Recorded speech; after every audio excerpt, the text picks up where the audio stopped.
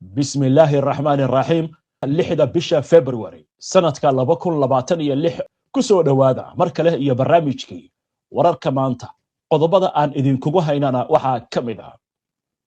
ودا هذا الله udhaxeeya wafuudka kala socota Iran iyo Mareykanka ayaa gordhoweyd ka bilowday magaalada Masqad ee dalka Oman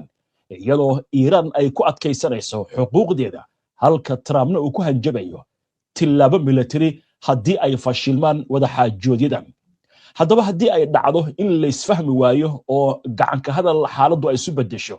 maxaa u diyaarsan Iran waxaan idin haynaa xogta ku saabsan qorshaha Iran dagaal ay la gasho Mareykanka iyo sida ay ku guuleysan karto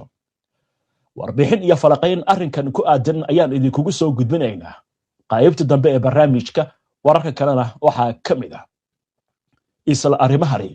Shiinaha oo garab istaagay Iran kana hor yimid cadaadis hal dhinac dalka Pakistan in ka badan 100 qof oo dhimasho dhaawac ka soo gaaray qarax ka dhacay masjid ku yaala dalkaasi General Sare oo ka tirsan wasaaradda gaashaandhigga ee dalka Ruushka ayaa saakay lagu toogtay magaalada Moscow dhinaca kale duqeymo culus ayaa Ruushka wuxuu ku qaaday Ukraine waxay sababeen dhimasho dhaawac iyo burbur iyadoo dagaalka u dhaxeeya labada dhinacna uu galay sanadkii shanaad waxaan idin haynaa wararkii ugu dambeeyay ee xaaladahani dhammaan wararkan iyo weliba qodobo kale oo faahfaahsan iyo wixii warah ee soo kordha intaynu hawada ku jirno ayaan idinkugu soo gudbinaynaa barnaamijka wararka maanta soo dhawaada mar kale daawadayaal si aad ula socoto oo hesho wararkan barnaamijyada iyo macluumaadka aynu halkan ka soo gudbinayno haddii aad ku cusub tahay baraheena bulshada amaba horay aadan ugu xirnayn hadda ku soo biir waadna ku mahadsantihiin daawashada barnaamijka maanta waxaynu ku bilaabaynaa magaalada Moscow halkaasi oo arrin weyn oo colaadda Ukraine iyo Ruushka wax weyn ka bedeli karta ay ka dhacday General Sare oo ka tirsan wasaaradda gaashaandhigga ee dalka Ruushka ayaa lagu soo waramayaa in lagu toogtay bartamaha magaalada Moscow sida ay sheegayso warbaahinta gudaha ee dalkaasi wararka hordhaca ayaa tilmaamaya in General Vladimir Alexeyev oo ahaa ku-xigeenka madaxa agaasinka guud ee shaqaalaha wasaaradda gaashaandhigga ee Ruushka looga dhuftay dhabarka dhowr xabadood subaxnimadii hore ee maanta oo Jimcaha weerarkan ayaa ka dhacay gudaha dhisme uu ka degan yahay wadada Volkolam Zokeya Shos ee magaalada Moscow wareedyo maxalli ah ayaa sheegaya in Alexeyev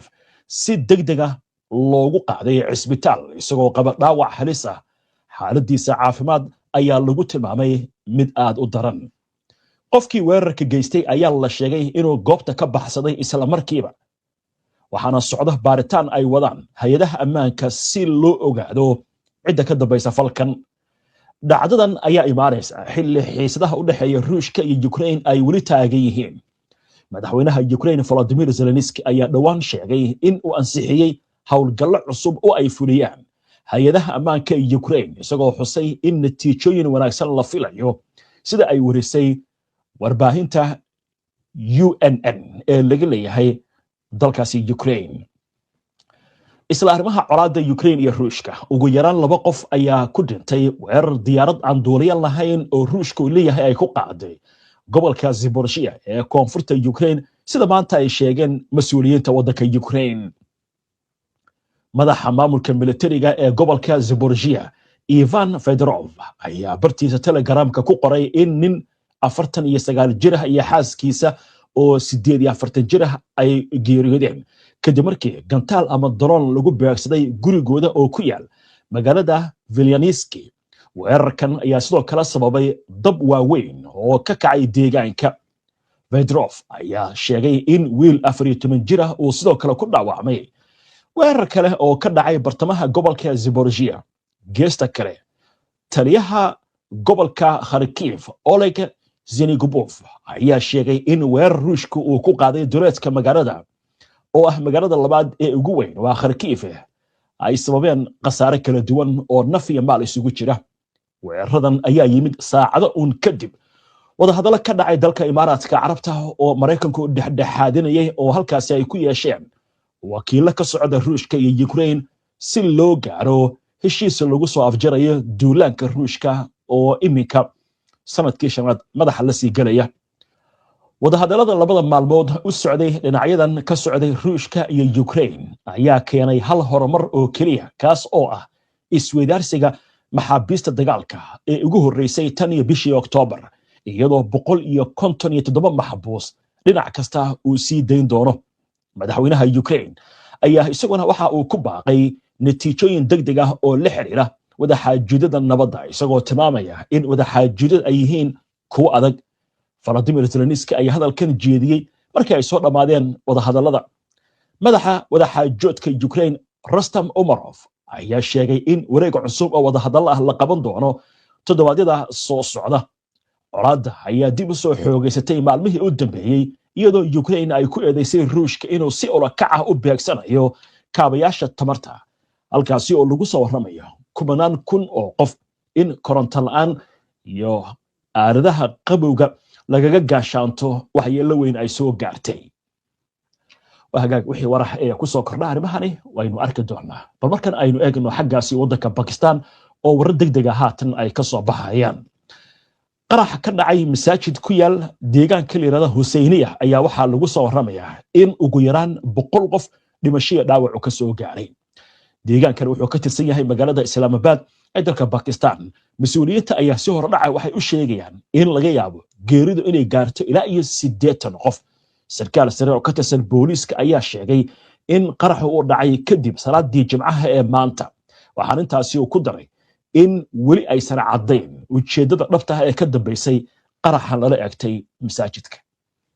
waa tahay wixii war ay ku soo kordha arrintan intaynu barnaamijka ku jirno ama barnaamijyadeena dambe ayaan idinkugu soo gudbinaynaa haddii Allah idmo وهاجاك حاجة بريجة ده أينو أنت بدل برامج كقريب تصدق بكوسو قاعدنا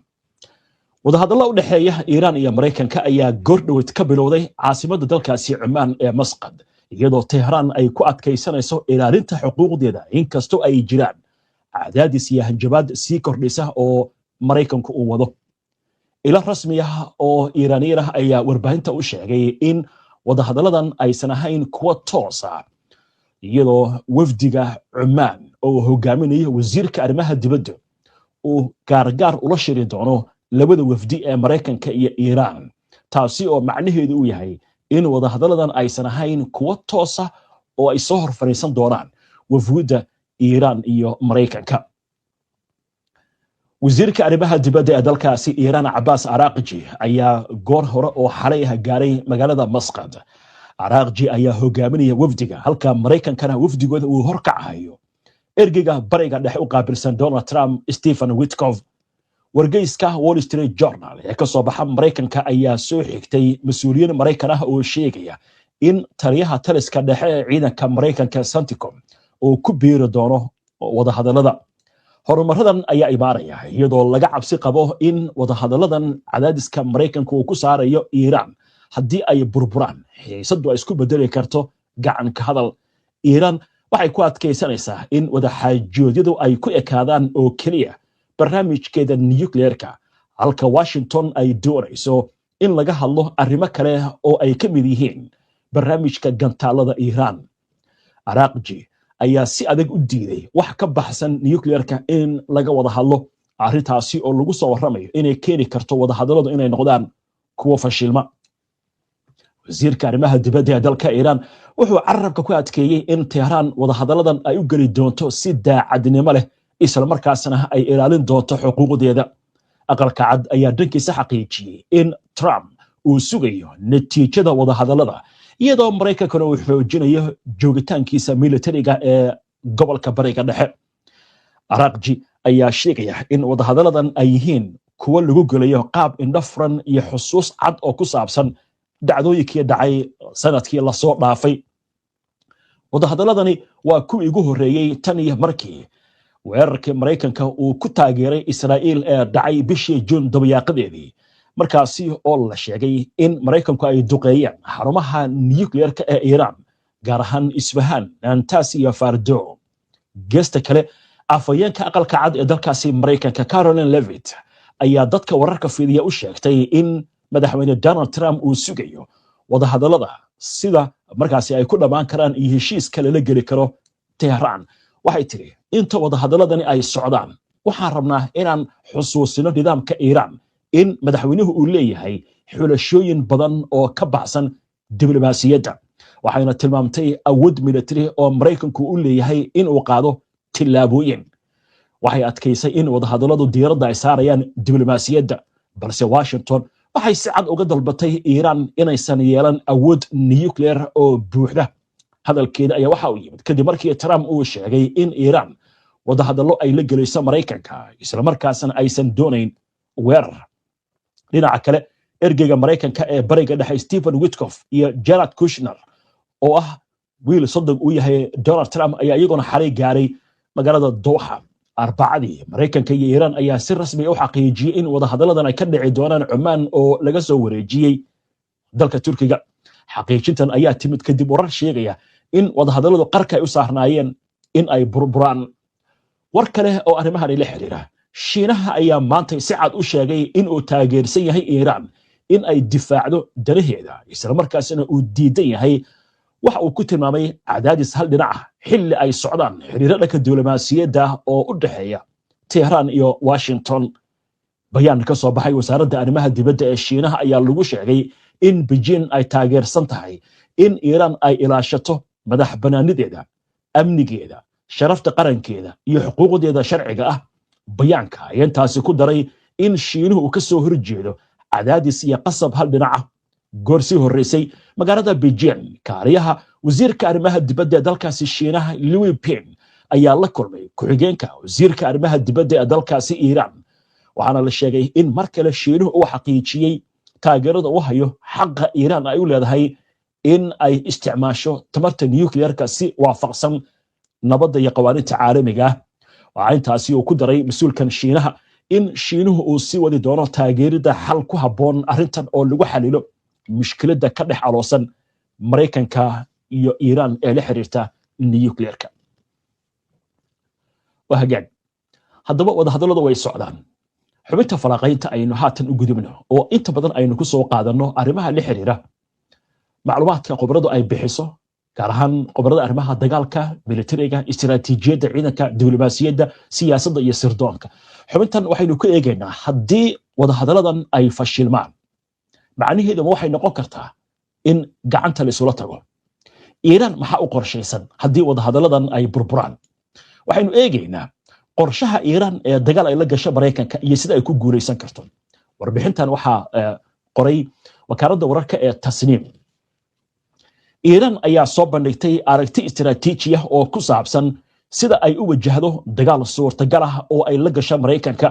iyadoo faahfaahinna ka bixisay qorshaha ilaa iyo 5 heer ka kooban oo lagu weeqi karo awoodda military ee Washington isla markaasna lagu carqaladeyn karo dhaqaalaha dunida qorshahan ayaa lagu daabacay bogga wararka ee wakaaladda wararka Tasniim ee laga leeyahay dalka Iiraan taasi oo la xiriiriyo ciidanka ilaalada kacaanka islaamiga ah ee magacooda loo soo gaabiyo IRGC waxaana lagu sheegay in Iiraan ay ku tiirsanaan doonto weerar gantaalo iyo diyaaradaha droniska oo isku dhafan furitaan jihooyin dagaal oo cusub oo ay fuliyaan xulafadeeda